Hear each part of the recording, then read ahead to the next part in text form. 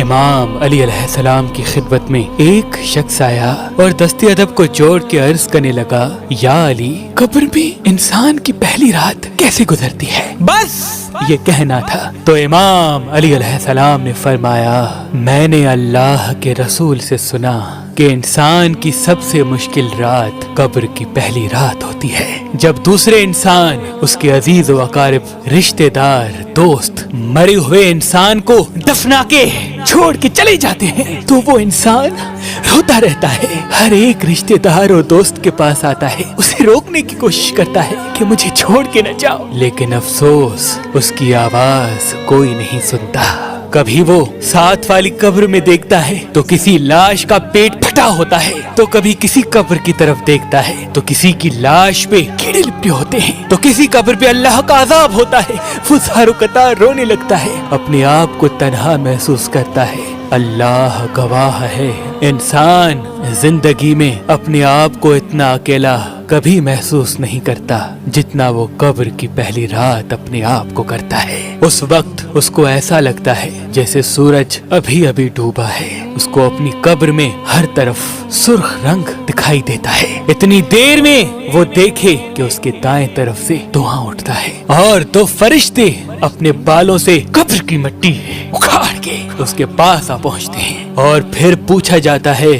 تمہارا رب کون ہے؟ تمہارا رسول و امام کون ہے؟ تم کس دین پہ زندگی بسر کرتے رہے؟ اگر مرا ہوا انسان سچے دل سے اپنی زندگی میں اللہ کو تسلیم کرتا تھا، اللہ کے دین پہ چلتا تھا، تو بے ساختہ وہ حق کہنے لگتا ہے، اور پھر فرشتے اس کے لیے اللہ کے حکم سے کہتے ہیں، انتظار کر، جلد تمہارے اعمال تمہارے پروردگار عالم کے پاس پیش کیے جائیں گے، اس دن جس دن کا تمہیں بتایا گیا تھا۔ لیکن اگر اس انسان کے اعمال بد ہوتے ہیں اور وہ اللہ اس کے دین پہ ایمان نہیں رکھتا تو اس وقت وہ گھبرانے لگتا ہے، اور فرشتے غضبناک ہو کے کہتے ہیں کہ افسوس ہے، تمہاری زندگی میں تمہیں بار بار بتایا گیا تھا کہ جس طرح سے تم سے پہلے انسان مر چکے ہیں تم پہ بھی یہ وقت آئے گا، لیکن افسوس تم نے ان باتوں کو مذاق سمجھا، اور یہ کہا جاتا ہے کہ تمہارے اعمال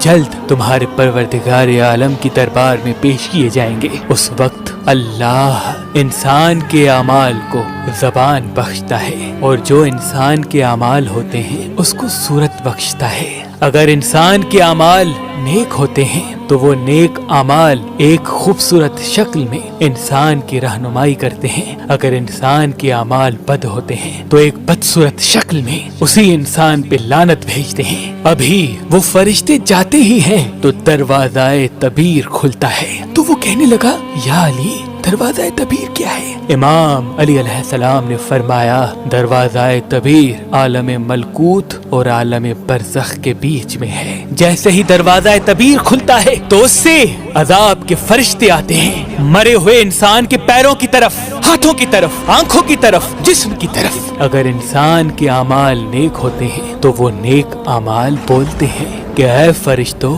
اس قدموں کو نہ چھونا، کیونکہ یہی قدم ہوتے تھے جو اللہ کے لیے چلتے تھے، اللہ کی مخلوق کی بھلائی کرنے کے لیے چلتے تھے، نماز کے لیے جاتے تھے، حج کے لیے جاتے تھے۔ فرشتے جب ہاتھوں کی طرف بڑھتے ہیں تو اعمال بولتے ہیں، اے فرشتوں، ہاتھوں کی طرف نہ بڑھنا، یہی ہاتھ ہوتے تھے جس سے وہ اللہ کی مخلوق کی مدد کرتا تھا، اللہ کے لیے زکوٰۃ اور صدقات دیا کرتا تھا۔ جب آنکھوں کی طرف بڑھتے ہیں تو اعمال کہتے ہیں، انہی آنکھوں سے اس نے اللہ کے قرآن کو دیکھا، اللہ کے نام کو دیکھا، اور اسی زبان سے اس نے اللہ کا ذکر کیا، اور اسی جسم کو وہ ہمیشہ گناہوں سے روکتا رہا۔ اے فرشتوں، تم اس پہ عذاب ڈالو گے؟ تو وہ فرشتے آسمان کی طرف دیکھتے ہیں اور کہتے ہیں، اے اللہ، کیا حکم ہے اس کے لیے؟ تو آواز غیب آتی ہے